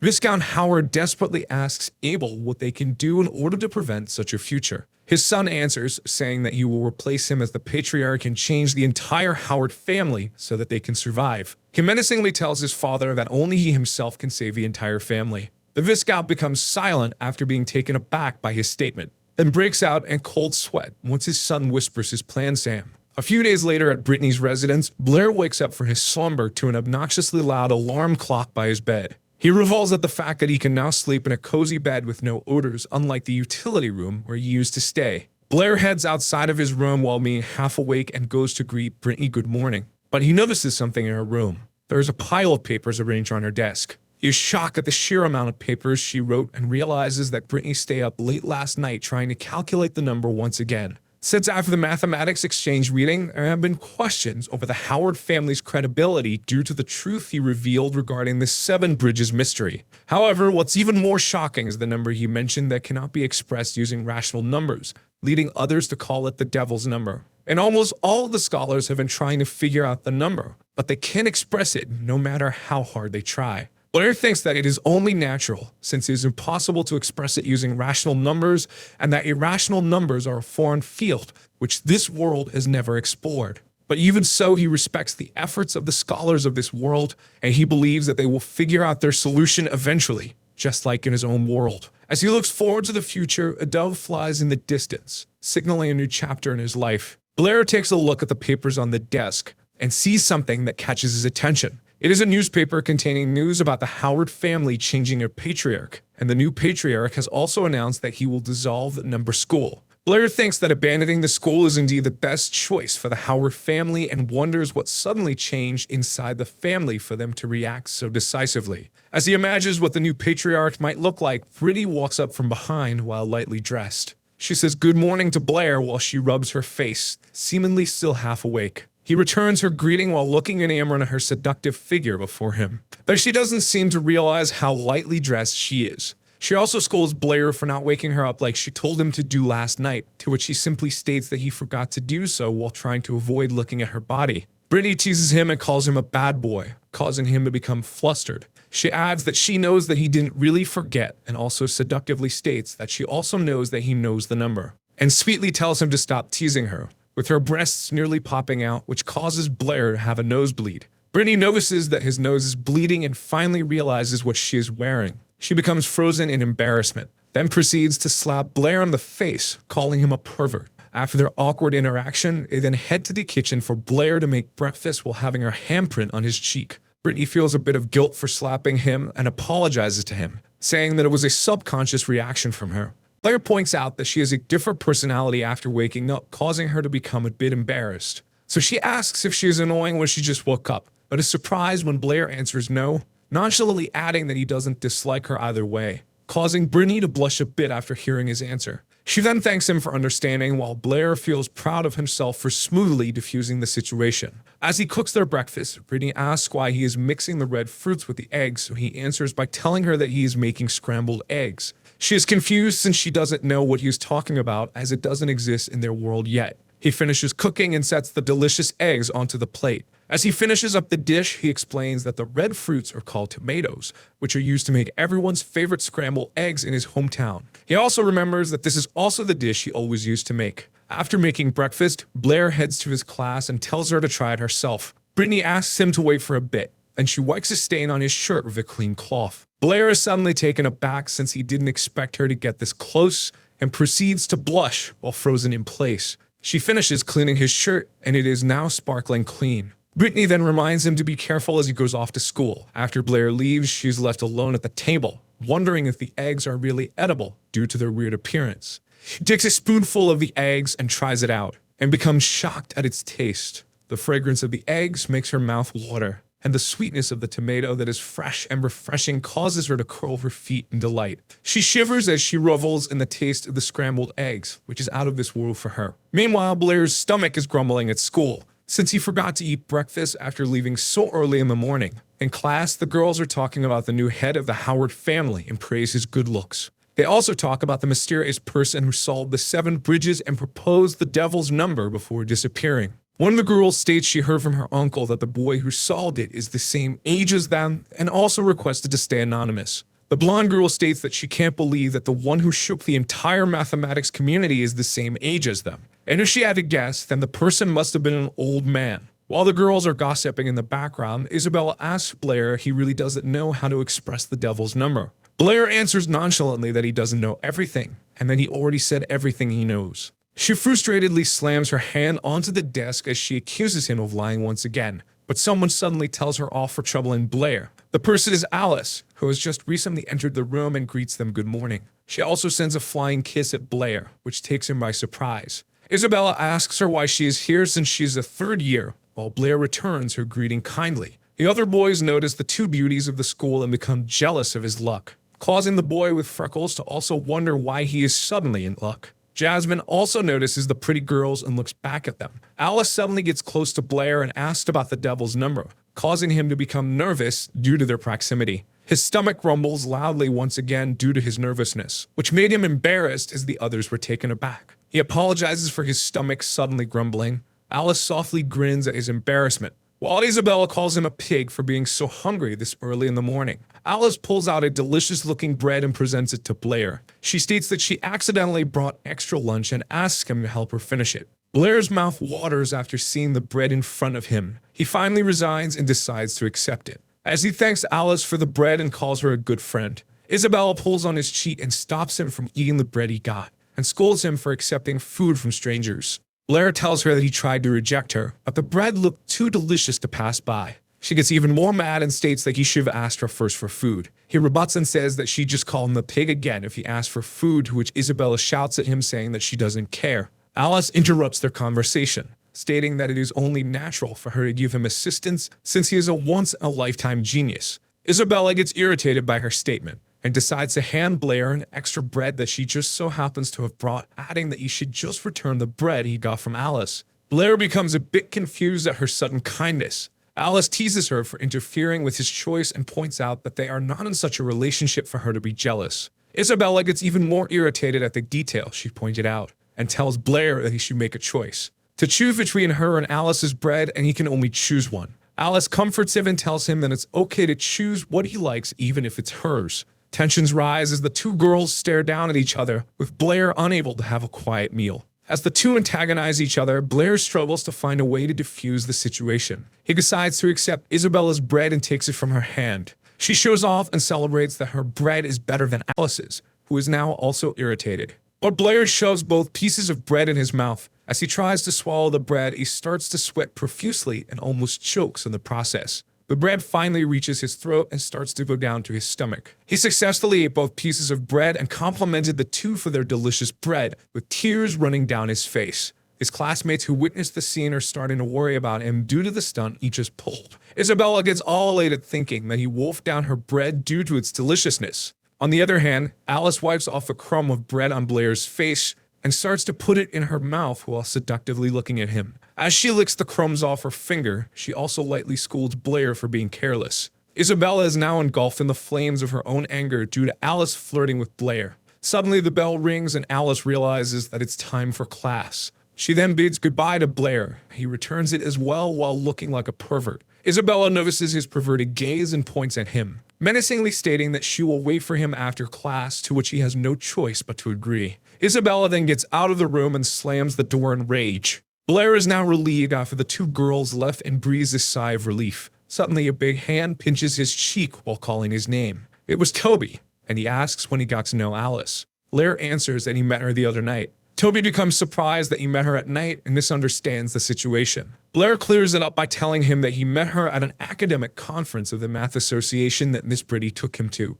Toby remembers the news about the conference and asks him if it was the one where the devil's number was uncovered, but Blair interrupts and tells him that Brittany has arrived. During class, he once again solves the problems on the board with ease. Brittany tells the class that it's time for them to discuss the question on the blackboard with their respective groups. She then whispers to Blair and hands him a piece of bread, so he asks what it is for. She tells him that it's for his breakfast since he didn't eat in the morning. He sweats profusely at the thought of eating bread again after munching down on it earlier. Blair then heads to his group for the discussion. Toby asks why he has bread again after seeing it in his hands. He avoids the question and decides to have the discussion first, but a girl in his group suddenly slams the desk with her hands. The pink-haired girl who slammed the desk then asks Blair who the mysterious man at the conference was, since she heard from Toby that he was present that day. He looks over at Toby, who is avoiding his gaze as he tries to brush off her question by saying that he only sort of saw the person. The pink-haired girl asks how he sort of saw him. Meanwhile, Jasmine seems to be thinking of something. Blair explains that he was absent when the mysterious man stood up. Then when he got back, the venue was a mess and he couldn't find the man anywhere. The girl asks why he left the venue at such an important moment. He answers with an excuse, saying that he had diarrhea from eating too much, which made all of them silent. Toby states while picking his nose that he can't believe that he wasted such a good chance. The girl tells him off, saying that it was enough that Blair was able to be qualified to attend such an event since only rich or noble people can attend it. She also requests Blair to go to her house to be a math tutor since she still has a lot of questions, and if he gets tired then he can easily rest in their big manor. Toby is skeptical of her intentions and asks if she really just wants to learn math, which makes her angry, like she states that she is just studious. Meanwhile, Jasmine looks at them, appearing all irritated. Time passes, and it's finally time for the bells to ring again, signaling for the classes to end. Blair lets out a deep breath after managing to evade Isabella after class, and decides to practice magic in the meantime. Suddenly, a voice calls out to him and asks when he was so interested in practicing magic. He wonders who it is and spots a hooded figure in front of him. Then the person lunges a knife at him from nowhere. While the knife is aimed at his neck, he asks who the person threatening him is. The person in front of him is a blue-haired woman wearing a hoodie to conceal her identity. This person is revealed to be Jasmine, and she orders him not to move since the dagger she is holding is very sharp. Blair asks what compelled her to do such a thing, but she interrupts him midway. She then states that Blair is the one who solved the 7 bridges and proposed the devil's number, so she wonders why his math and magic powers have grown rapidly. Jasmine yells at him and accuses him of impersonating Blair since he has all that talent that he previously didn't have. Blair finally speaks and tells her that she has so many questions to the point that he doesn't even know where to start, so he introduces himself again. As he thinks that he should mention that he came from another world, Jasmine suddenly pulls his cheeks after mistakenly thinking that he has a disguise. She states that his disguise will be revealed with her technique, no matter how perfect it is. But she is met with surprise, since his face was still normal even after she applied her technique, with only his face hurting as a result. Blair kicks her foot in retaliation, causing her to stumble and fall towards the ground. She panics after she loses her footing and realizes that she is going to fall, so she simply braces for the oncoming impact. But surprisingly, she stopped falling as her eyes opened, since Blair managed to catch her right before she was about to fall. She blushes for a bit seeing the close distance between them, though Blair keeps his straight face unfazed. Jasmine snaps out of it and finally tells him to let go, so he complies as per her request. But in return, he orders her not to point the spoon he previously mistook for a dagger at his neck. He also firmly states that he really is Blair. Jasmine is still flustered and says that he should let go before anything else. After he lets go, she asks how he is suddenly so gifted with magic and math and also speaks very differently from the original Blair despite not having a disguise. He explains that he really is Blair but not the same one she knows, and that he only woke up like that after a long dream. Blair starts to tell her about his original world and how it has no magic but very advanced technology. The people in his world didn't know how to use magic since they only saw it as fiction and nothing else. But instead, the science and technology in that world skyrocketed even beyond magic, and people can use various technological creations to complete tasks that magic cannot. Relying on that advanced technology, their people also extended their exploration outside the planet and can travel through the stars and reach other planets. In that world, he was only a math teacher, which is the source of all the advanced mathematical knowledge he knows. During his class, one of the girls that resembled Jasmine raised her hand to ask a question, so he entertained it. The student asked if the starry skies could really be traversed, and if so, are there other planets beyond the stars? He answered the question properly, stating that they can indeed travel through the starry sky, and that there are also countless planets in the universe. Though he answered properly, the students still made fun of him for being a lame teacher, which embarrassed him to the point that he didn't know what to say next. As he remembered the past, the sun was slowly starting to go down outside the building. The light from the windows slowly went down as a sign that the moon was about to come out. Blair apologizes to Jasmine after he cut his past short, saying that he woke up after that long ordeal and simply woke up with his current talent for math and magic, and that he also lost some of his memory, which makes Jasmine look a bit worried about him. He finishes all of his explanations, so now it is her turn to talk. But she has nothing more to say, other than she now believes that he truly is Blair, which also seemed to talk about the same stuff he said from before. He asks her if he really said such things before, and she confirms, saying that he was more interested in science than magic back then. She also tells him that the past Blair also wished to live in a world without magic, partly due to his lack of magical talent. She believes that Blair has amnesia and assures him that she'll help him regain his memories. Blair goes along with her and thanks her for all of her help while shaking her hand. This causes her to become flustered. She panics and blurts out that she promises to bring his memories back so he can rest easy. Sometime later inside the academy, Blair is walking in the hallway, and he stops to think about something deeply. But someone suddenly grabs him from behind. It's his friend Toby, and he also pulls him off the floor. They quarrel for a bit while Toby grabs him tightly, but someone approaches them from a distance. Blair notices the man stalking them and asks him to introduce himself. He also manages to escape from Toby, so he punctures his nose with his 2 fingers. The man who was watching them is Senior Feige, which Toby quickly recognizes. So he asks what he is scheming again since he is being very suspicious. But Feige simply bows his head to them and apologizes for his mistakes back at the manor. He states that he sincerely apologizes and asks him to be able to forgive his wrongdoings. The other students see the scene and wonder what's happening. Blair also wonders and asks what he should forgive him for since he genuinely does not remember, which causes the girls in the crowd to start speculating why Feige is suddenly apologizing. Senior Feige hands him something, stating that his brother, who is the new patriarch, wanted to give it to him as an invitation, since he is going to hold an explanatory meeting for the entire kingdom's mathematics community tonight. As he bows down to Blair, he is filled with frustration, but he keeps it hidden as he tries to get Blair to come to the meeting. Togi advises him not to go since he speculates that the senior is up to no good again. Blair thinks for a bit after reading the invitation, but he ultimately decides to go to the mansion despite the risks. At the meeting, it is full of rich-looking people who each have their own conversations with someone. Blair is intimidated by the massive mansion, but he decides to follow through due to his curiosity. Suddenly, someone pinches his ear, which startles him with pain. He realizes that it was none other than Isabella, who happened to just arrive at the conference, and she scolds him for not waiting for her in the classroom. Miss Pretty also arrives and is also surprised that he came as well. With her full seductive body in view, she tells him that they were looking for him at the academy earlier. Blair asks if she also received the invitation. She states that there has been news that the Howard family will hold a meeting this night, so it was only natural that she and almost all of the mathematics community would come. And that almost all the people in the math circle came, but no one received an invitation like he did. Blair finds it strange that he is the only one to receive an invitation, so he wonders what it's for. But someone suddenly interrupts him and plays with his ear, which causes his face to turn red. It's Alice, who also attended the event, and she rubs his ear while making fun of Isabella, which makes her mad in more ways than one. Isabella glares at Alice and tells her that she obviously didn't put any force in pulling his ear, but she says that it's all red, so it must have hurt. Blair gets nervous after seeing the two face off again and braces for impact. But Miss Pruny interrupts their scuffle, and she asks all of them to come to the briefing that they are still glaring at each other. As they walk into the venue, Blair suddenly notices something on the wall. It's that the Seven Bridges painting has been taken down, leaving only a blank picture frame behind. Brittany looks at the empty frame and wonders what Abel did to solve the current situation. Blair asks her if she knows Abel since she mentioned his name, but she says that it was nothing deep, and that she only used to be classmates with Abel, and he was also going to become a teacher in the academy, but he suddenly disappeared 3 years ago. She was also surprised when she learned that he was the new head of the Howard family,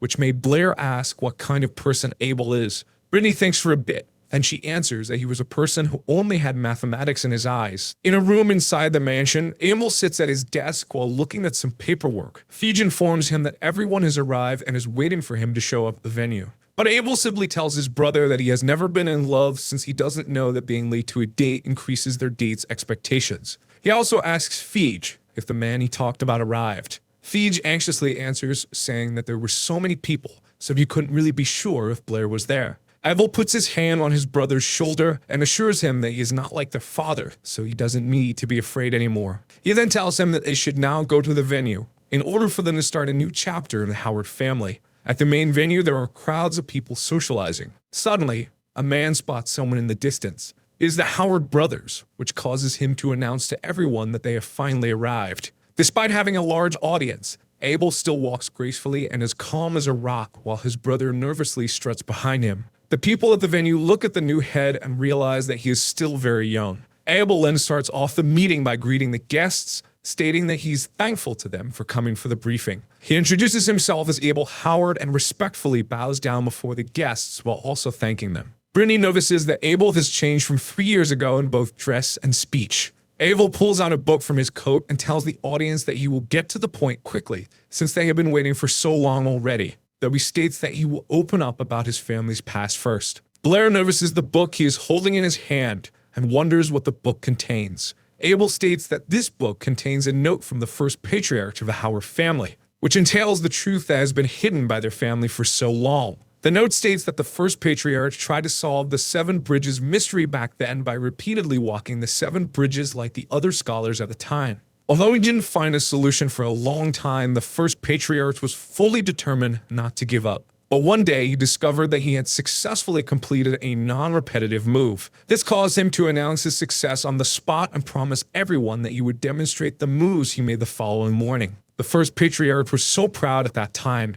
so much so that he didn't verify his findings first before announcing to the public. But during the night, when he came to the bridge to confirm his findings, he finally realized that he had made a crucial mistake. It's the fact that he didn't succeed in finding a solution but only misremembered the route he took, which caused him to think that he found a route with no repetition. He realized that he would become a laughingstock in the morning after making such a tragic mistake. So he committed suicide due to his great shame and in order to atone for his mistake to the public. And at the same time, he also left a note which recorded his mistaken findings in detail and asked future generations to clarify the facts to the public on his behalf. But his descendants did not follow his orders and instead hid the notes from the public, making it seem that the patriarch accidentally fell into the water with all the proof he had.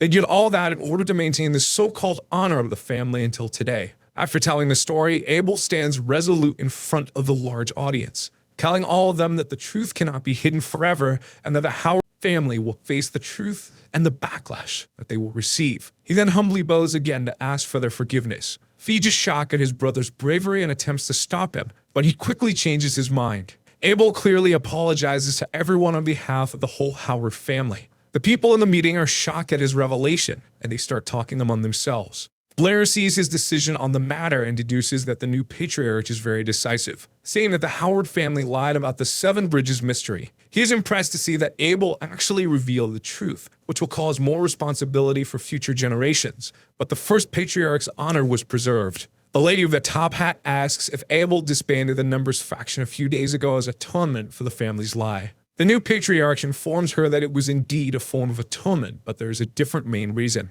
which was the so-called devil's number. The lady asks if he still hasn't found the number yet. Abel answers, saying that they haven't found the number yet, but it's not because of the limitation of his abilities.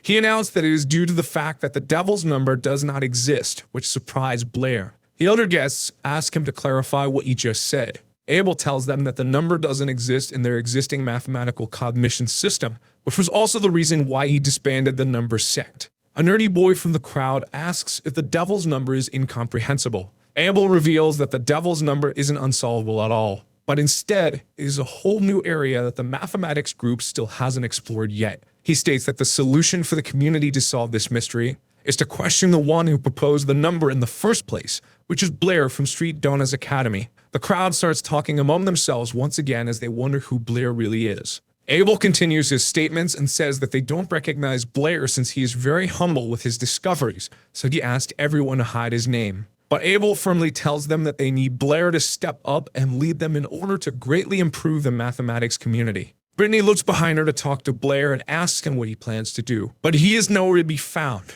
with no one having any idea where he suddenly went. Feige informs his older brother that Blair doesn't seem to be in the area. Abel tells him that he mistakenly thought that Blair wouldn't be able to hold back his curiosity and step up by himself. But he also states that he will come to him sooner or later with a confident look on his face, which causes Feige to be a bit taken aback by his brother's statements. Later at school, the girls in the class are gossiping about something. They are gossiping about Blair, who was revealed to be the one that proposed the devil's number, and that people are asking him to address the problem at hand. Blair is troubled by the fact that Abel managed to shift the attention to him instead of the Howard family. Suddenly, Toby pokes him from his side while calling him. Blair responds quickly and says that he doesn't know anything despite Toby not saying anything yet, but he simply points to something in front of them. Blair looks over to see what it is, and sees a massive man who is also their history professor named Hank, which makes him panic since he wasn't paying attention. Hank tells him that he knows that he is good at mathematics, but he asks if he has a problem with him since he keeps failing his history tests every single time.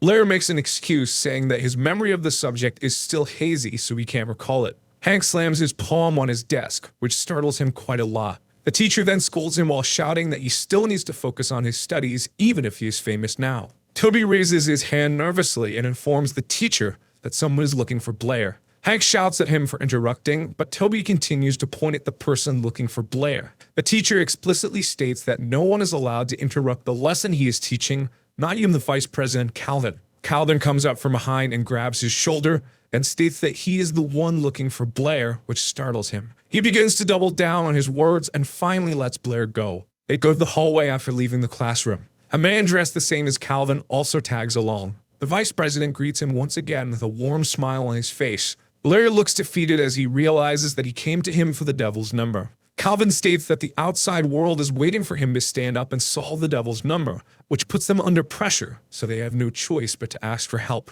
Blair thinks for a bit before answering, but he is interrupted by the man next to the vice president, saying that they really need his help and that it brings no harm to him either. Blair blowly tells them that he really doesn't want to help with a bright smile on his face. A while later, Toby is in a rush and suddenly opens the door. which was Miss Brittany's office, so she becomes puzzled as to why he is in such a rush. She asks him what he is rushing for as he tries to catch his breath. Toby tells her in a panic that Blair was suddenly taken away, which causes her to become worried.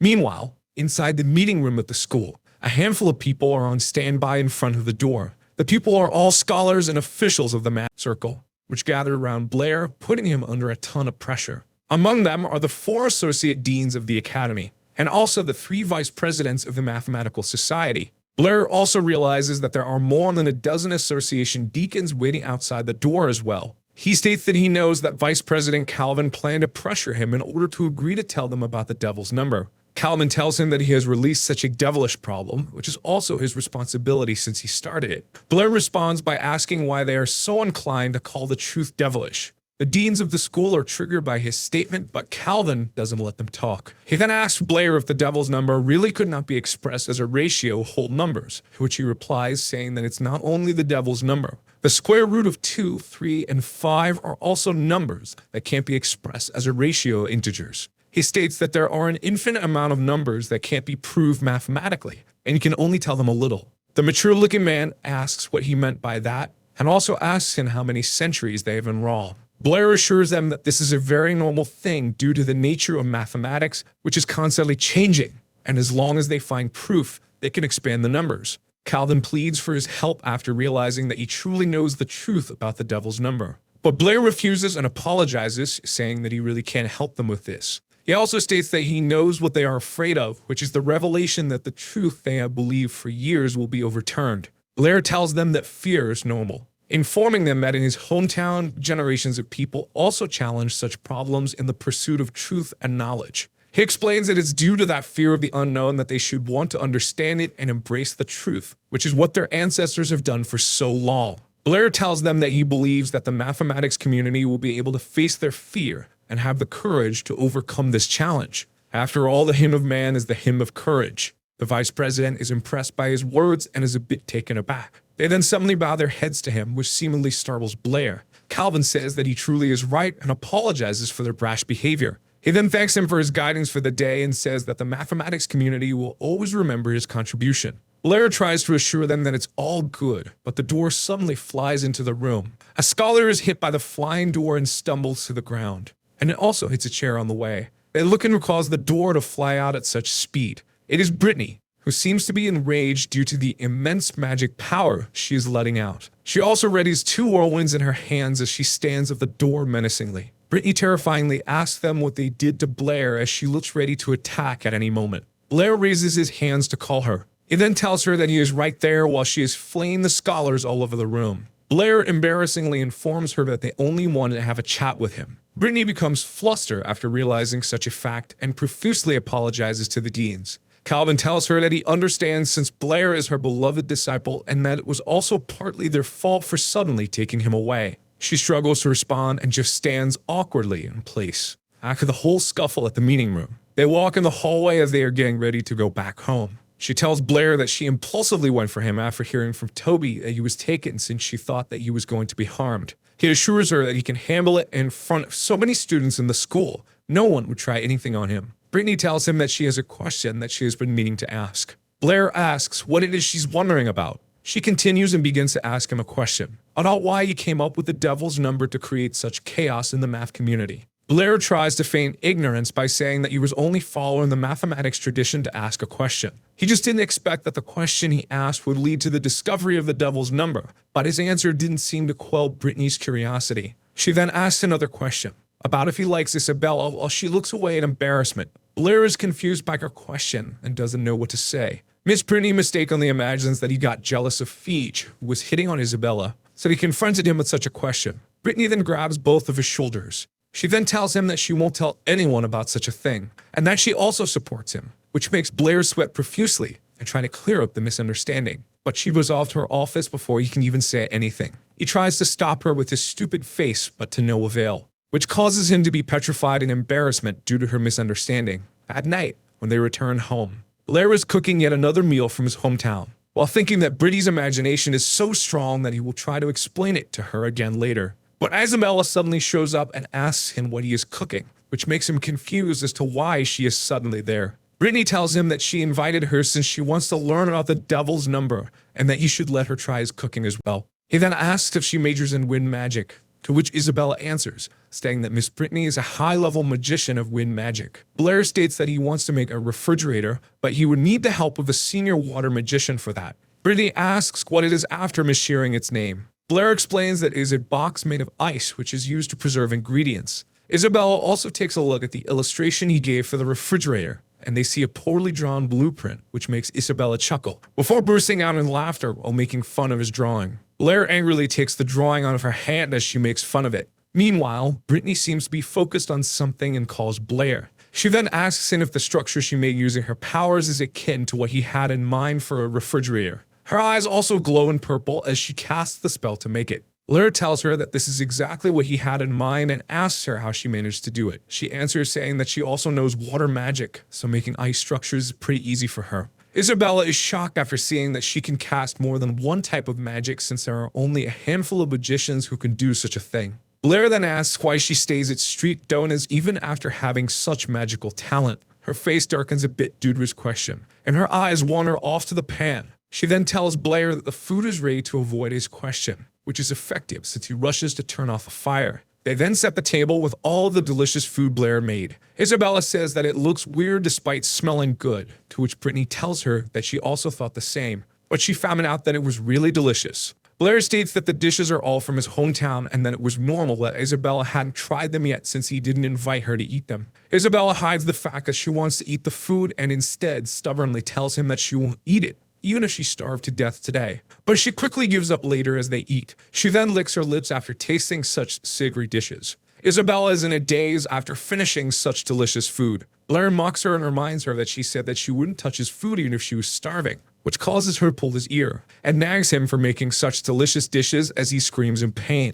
Brittany laughs after witnessing such a lively scene. Blair asks what the matter is. She answers saying that she really thinks that they are a good match, which causes the two to freeze in place after hearing her words. Isabella turns away and states that she doesn't match such a pervert at all. Blair also turns away and states that he also doesn't match such an arrogant girl. Brittany then announces that Isabella will be promoted to a junior magician soon, so she asks her what department she plans to specialize in the future. She tells her that she wants to specialize in wind magic just like Miss Brittany. Brittany explains that wind magic is indeed powerful in the later stages, but before becoming a high-level wind user, she would not have much combat power. And she advises her that as a girl, she should be able to protect herself. So she tells her to consider the earth element, which is the strongest in defense among the four elements. But Isabella complains, saying that the earth magic robe is too ugly for her. Blair makes fun of her in his mind after hearing her response. She then pulls his ear again. Blair shouts, asking why she is grabbing his ear again despite not saying anything yet, to which she responds,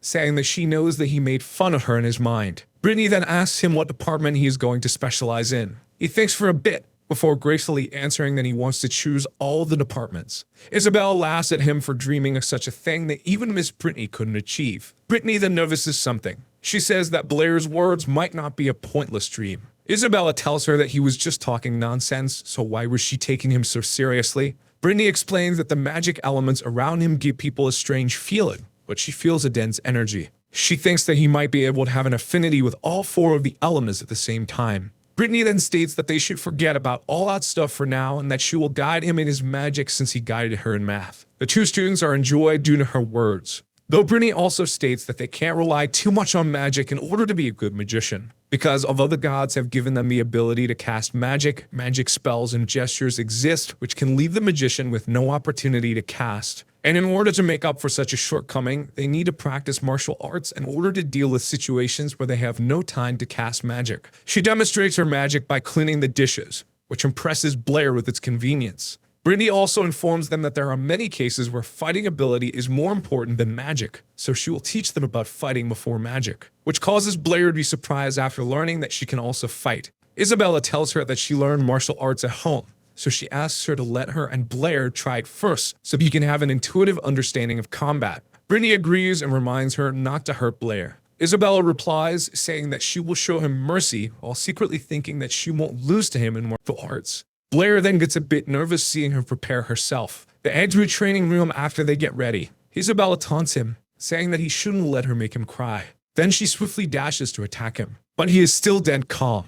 She reaches him and throws a punch, but he manages to skillfully dodge her attack. In the dead of night inside the training room, the two fight continuously as they swiftly move across the room. Blair then grabs her wrists, which causes her to lose her balance. He then manages to incapacitate her in one swift motion. She is stuck in a revealing position, so she calls him a pervert and orders him to let go. He tells her that for him to let her go, she still has to do something, but she suddenly launches a kick straight to his face. Though her sneak attack is not successful, seeing that he managed to dodge it. Blair then swiftly attacks her with wind magic, which causes her to lose her footing. She loses her balance again and falls to the ground. She screams in panic at her impending fall, but surprisingly, she didn't fall to the ground, since Blair managed to catch her in the nick of time by grabbing onto her hips. Brittany interrupts their moment by asking Blair something. She asks where Blair learned martial arts. He states, while still holding Isabella, that he didn't study it formally but was interested in fighting, so he practiced stand-up for a while in his hometown. She then asks what it is. She also asks about his hometown since he has mentioned it multiple times. As he struggles to answer her question, Isabella reaches for his ears once again and pulls on them after he still didn't let go, so he finally lets her down. She pouts while saying that the only reason she lost this time was due to her slipping on the ground. Brittany is intrigued by his martial arts and asks him to try it on her. He states that Santa isn't very easy to control, seeing that he almost hit Isabella, but Brittany assures him that he shouldn't worry about it. Blair decides to do what she says and reminds her to be careful as he readies his fists. He then lunges straight at Miss Brittany, but she sees his attack coming and puts up her guard. He sees her balloons bouncing, which causes him to remember what his Santa coach once said. It's that when he is fighting against a real master, he will not have time to understand what happened to him. He didn't believe it at the time, but this time he was sure of it after she strikes his neck, which causes him to lose consciousness. Brittany catches him to prevent him from falling and sets him down gently on the floor. Isabella panics and asks her what happened to Blair and if he is alright. Brittany tells her that she truly does care about him and informs her that he only lost consciousness for a while and will wake up later. Isabella becomes flustered after what she just said and tries to deny it, but Brittany tells her that she knows that she likes Blair, which warrants a surprise reaction from Isabella. She desperately tries to deny liking such a pervert and asks her to stop spouting such nonsense. Brittany tells her that she shouldn't deny it since she doesn't see it as a wrong thing to do. She tells her that she too is the same as her. But something suddenly interrupts the both of them. It's Blair who's groping Brittany unconsciously, which causes Isabella to become shocked. She becomes surprised, thinking that he was awake all along, but he is only starting to wake up. The next day, Blair is covered with bandages and he complains that it hurts. Toby asks him what's up and if last night was so intense that he got hurt sleeping at Miss Brittany's house, but he makes an excuse, saying that he accidentally fell. But in truth, it's due to a violent woman who suddenly pinned him to the ground right after he woke up after mistakenly thinking that he groped Miss Brittany on purpose. He tells her to stop since his hand is about to break, while Brittany weakly asks her to let go. But in the end, she ended up breaking his hand due to her extreme strength. He also realized that Brittany had such strong fighting skills and deduced that she must have received formal combat training for a long time. Since in this world, a normal family wouldn't have the right conditions to receive combat training from an early age, let alone magic and mathematics. So he truly wonders where she came from. Suddenly, Toby interrupts his train of thought, saying that he has finally mastered the trick of summoning 2 fireballs that Blair taught him. Blair is surprised to see that he mastered it so fast, so Toby volunteers to show him what he can do. He then starts to cast the spell, and he charges up his flame energy from within. Blair becomes excited to see what he can do. Toby then finishes casting and activates the fireball. Blair is shocked to see what he can do. Not because it was impressive, but due to the fact that it's disappointing. He shows him once again the little flames he managed to muster with all his strength. Looking at the 2 tiny flames he made, Blair comforts him by saying that his magical power is indeed higher than what it used to be. He hides the fact that he was disappointed by his technique, so he doesn't say anything more. Suddenly, a cake appears in front of him. It was being given by Alice, who recently heard that he was injured, so she brought a cake for him to eat. She guesses that he didn't bring any lunch today, which is the reason she also brought the cake. Alice then scares away Toby, saying that he must have eaten already, so he leaves Blair and tells him to eat, and that he has somewhere he should be. That Blair is entranced by the food, he tries to refuse, saying that he feels indebted for always eating her food. Alice asks if the cake is tasty. So Blair responds, saying that Alice's bread is the best, and he also asks if she has had lunch already. Though Alice ignores his question and asks one instead, to which Blair agrees to answer. She asks if he likes Isabella, causing him to spit out his cake in shock. He asks her why she is suddenly asking such a question, so she suspects that someone already asked the question to him. She then eagerly waits for his answer. But Blair calmly answers her question while wiping his face, saying that he only wants to study magic right now. Alice says that he has such a ruthless answer, but she also tells him that it's fine,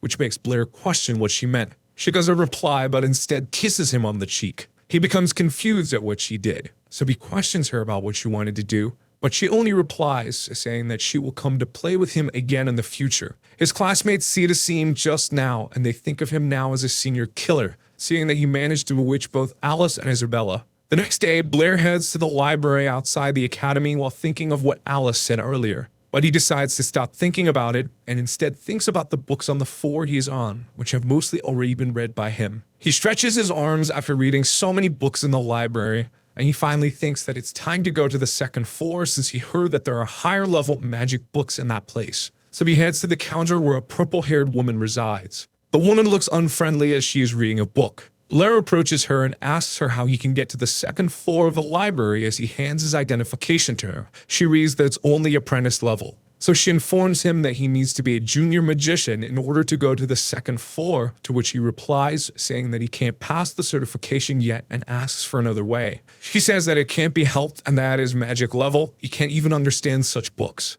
Blair gets a bit triggered after hearing her response, but suddenly, someone calls out to him with his alias. It is Jasmine, who offers her help to him. The woman leaves after seeing that Jasmine knows him, informs her of his circumstances, then asks her to persuade him. Jasmine reiterates that he needs to be a junior magician or else he needs to complete a certification for a new magic in order to go to the second floor. But the possibility of him succeeding is too small, so she asks him to improve his mental power instead to become a junior magician. But Blair agrees to complete the certification, since he states that he just so happened to have a new idea about improving the water element magic. She warns him that if he fails the certification, then the association will blacklist him, which will make him unable to use their resources, but he assures her that it would be just fine. Though Jasmine still looks visibly worried despite his assurance, but she still agrees to let him try and leads him into the certification exam. Jasmine talks to the ones who are going to assess Blair, and they become shocked after hearing that a magic apprentice wants to certify water element improvement magic. The bald man next to her states that it must be another person looking to deceive the association since so many generations have already perfected the water element.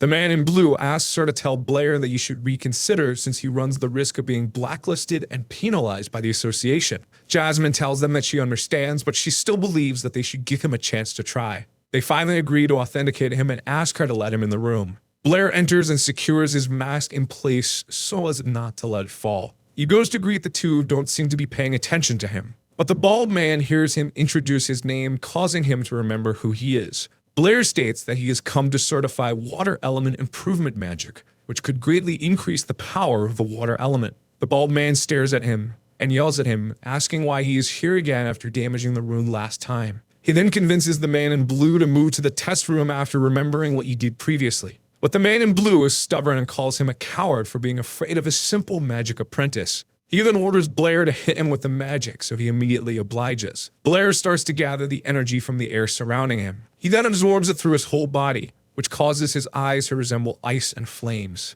Afterward, he activates two elements from the palms of his hands. The man in blue was shocked to see that he is a dual caster. It talks to the bald man about why he didn't say so, but he ignores him and casts a spell of defend himself. Blair then combines both ice and fire in his hands, resulting in both water and steam coming out of the ice, which propels the flame at an immense speed. The bald man panics and tries to defend himself, thinking that it has happened again. Blair's magic is so powerful that it engulfs the room in a bright light that resembles the sun. Our video ends here. To ensure you don't miss the next part, activate the notification bell, and see you next time on Tob's channel.